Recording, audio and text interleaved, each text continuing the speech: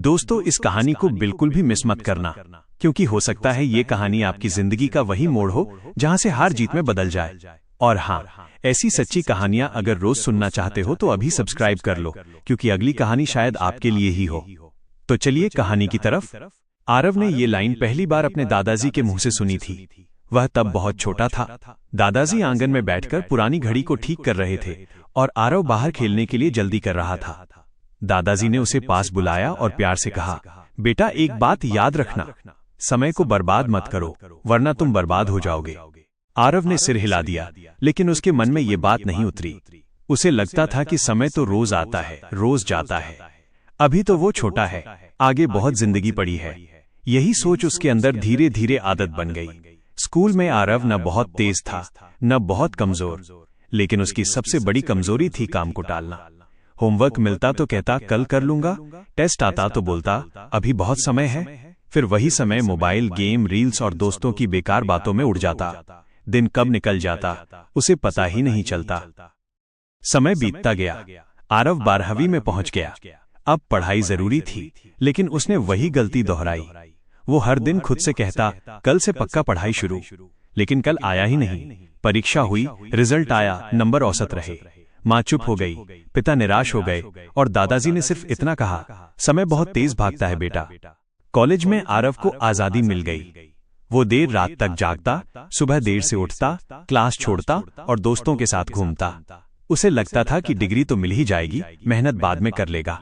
लेकिन असल में वो अपना सबसे कीमती खजाना यानी समय रोज गंवा रहा था। 4 साल कब निकल गए उसे पता ही नहीं चला। फिर आया कॉलेज का आखिरी साल और प्लेसमेंट का समय। उसके दोस्त तैयारी में लगे थे।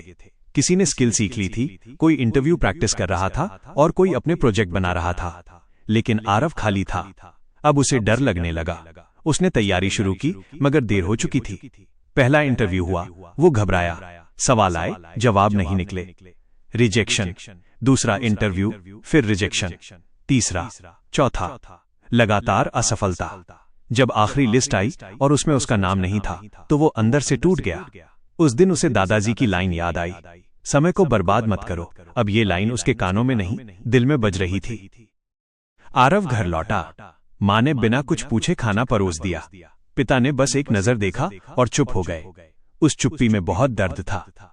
दादाजी ने धीरे से कहा, बेटा, नौकरी न लगना बड़ी बात नहीं, बड़ी बात यह है कि तूने समय की कद्र नहीं की। आरव की आंखें झुक गईं। कुछ दिन बाद दादाजी की तबीयत अचानक बिगड़ गई।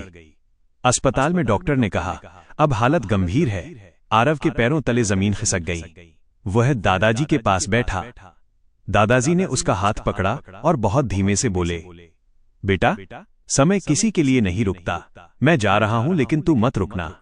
आरव रो पड़ा और बोला, दादाजी, मैं बदल जाऊंगा। दादाजी ने आखिरी बार कहा, बदलना बोलने से नहीं होता, बदलना करने से होता है। और कुछ दिनों बाद दादाजी इस दुनिया से चले गए। दादाजी के जाने के बाद आरव की दुनिया जैसे खाली हो गई। उसे अपने बीते हुए दिन याद आने लगे। वो सुबह जो उसने सोकर गंवा दी, वो शामें जो उसने बेकार में उड़ा दी, और वो मौके जो उसने खो दिए। उस रात उसने एक कॉपी खोली और लिखा, आज से मैं समय नहीं गंवाऊंगा, क्योंकि समय वापस नहीं आता। अगली सुबह वो सूरज से पहले उठ गया। शुरुआत में बहुत मुश्किल हुई। मन बार बार कहता, सो जा, बाद में कर लेना। लेकिन आरव ने खुद से कहा, अब नहीं, अब कभी नहीं टालूंगा।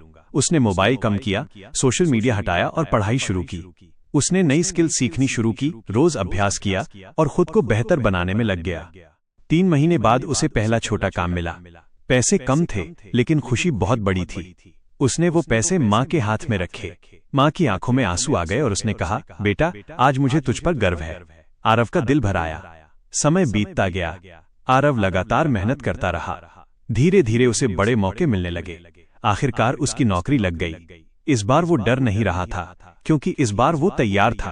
पिता ने उसे गले लगाया और कहा, अब तू सिर्फ मेरा बेटा नहीं, मेरा गर्व है।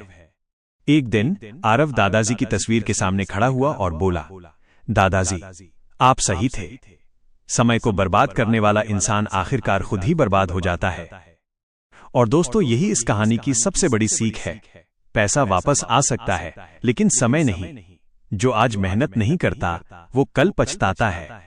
इसलिए आज से ही फैसला कर लो, ना कल ना परसों, आज से।